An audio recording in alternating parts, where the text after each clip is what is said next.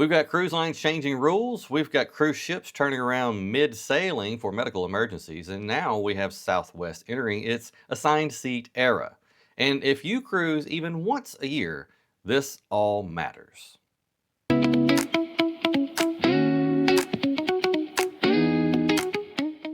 Before we jump in, if you like cruise news and views without panic and airline talk without the corporate spin, hit that subscribe button. I usually post a video once a week with cruise news sprinkled in between. Now let's get after it. NCL, Norwegian Cruise Lines, has introduced a new rule that if you book your cruise and then you book your flight with NCL, you will now be required to arrive at your embarkation port 1 day early. Now, I don't think that's a bad thing. I always tell people, come in 1 day early. You see, I have to fly to ports that I'm going to go on, and I'm just not that big of a gambler. I cannot gamble my fare on my cruise to just come in the day of.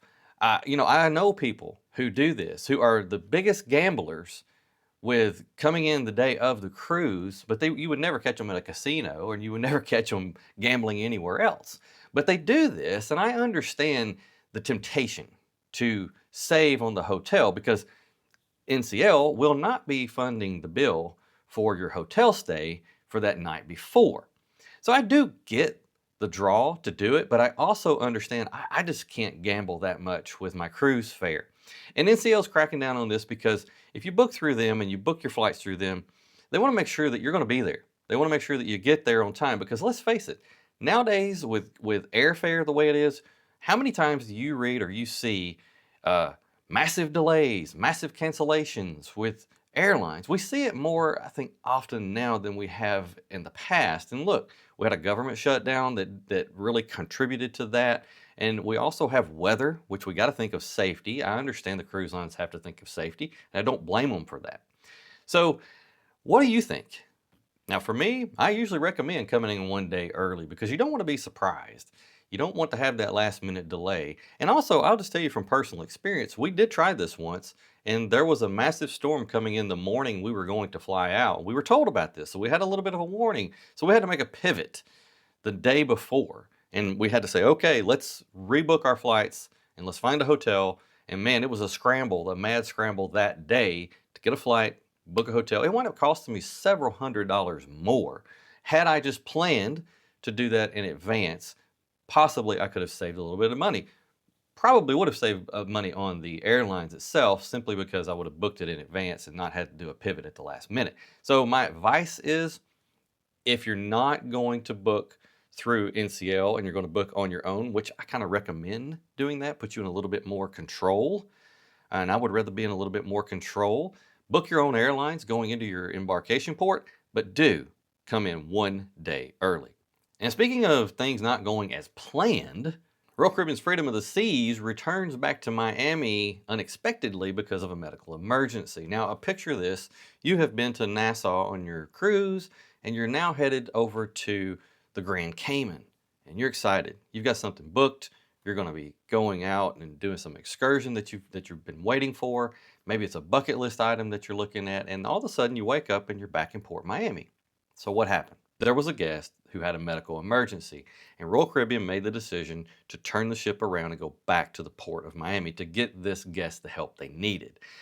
Guests report that once they arrived back in Miami, there were 2 ambulances waiting, and a man and a female got off the ship. The man was carried out on a stretcher and put into the ambulance and taken off. So the guests are now faced with this. They're not going to get to go to the Grand Caymans. They're going to be replaced with a sea day. Any excursions that they had are going to be replaced now with onboard credit.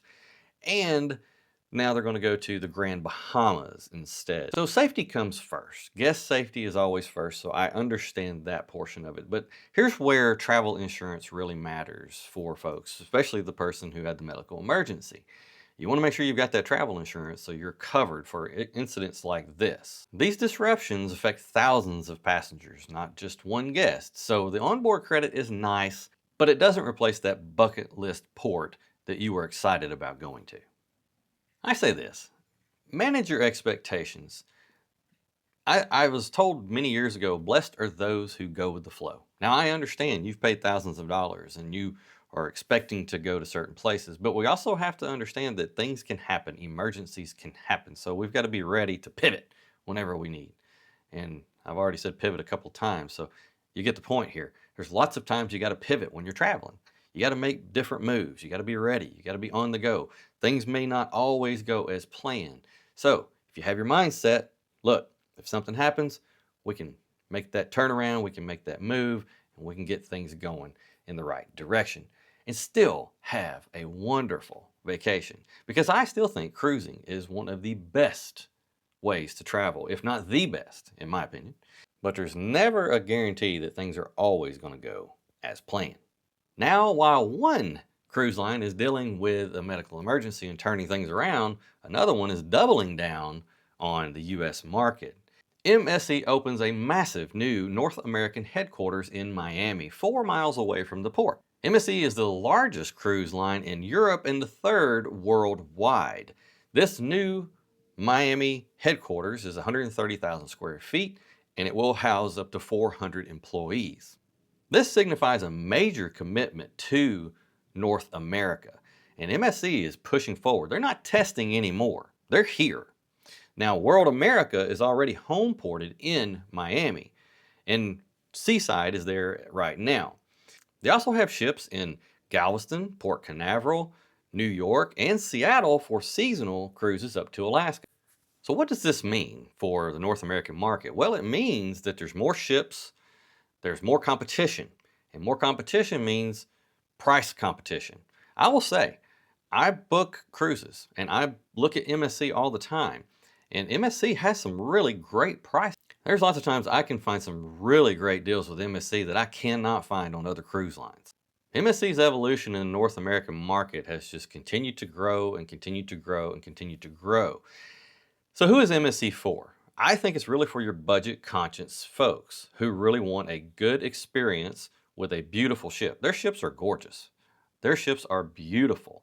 And I will say it's different. So if you expect the same type of cruising that you get on Royal or you get on Carnival or you get on Princess or you get on, it's not the same. It's different. Think more European culture instead of American culture. And be ready. Again, as I said earlier, go with the flow. It can be a wonderful experience. I recently sailed on Seaside and had a wonderful time. It was only a 4-night sailing, but man, I had a blast. It was so fun. The ship was gorgeous, and I enjoyed myself thoroughly, especially when you get to stop at MSC's Ocean Cay Marine Reserve.